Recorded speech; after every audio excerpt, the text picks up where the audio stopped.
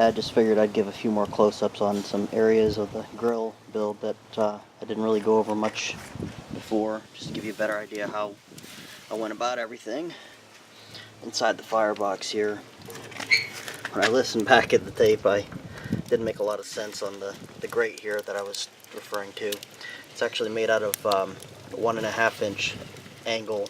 I think it's an 1/8 inch thick, and it's just flipped over and then a small frame welded around the outside of it.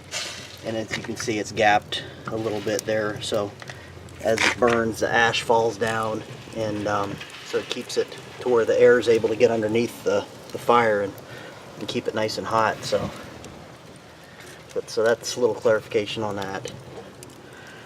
And then I'll give you some shots from underneath the grill as well, just to give you an idea of how it's all built down there. This is going to be a view from underneath, showing the firebox hanging out of the back there.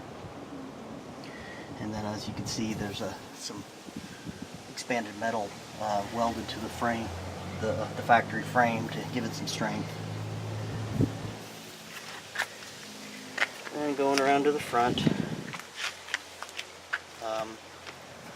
more clarification on the tongue. The original tongue that it comes with is 4 foot long total length, and the new one, we basically did away with the old and got a 6 foot piece of 2.5 inch box that's 3/8 inch thick, welded it all the way to the back there, and then so that gives me an extra 2 feet of tongue length, which makes it tow much better.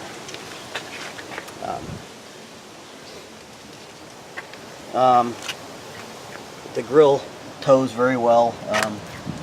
I had it up to 70 miles an hour on the interstate the other day, and it was fine. It didn't sway or anything. Pulled really nice.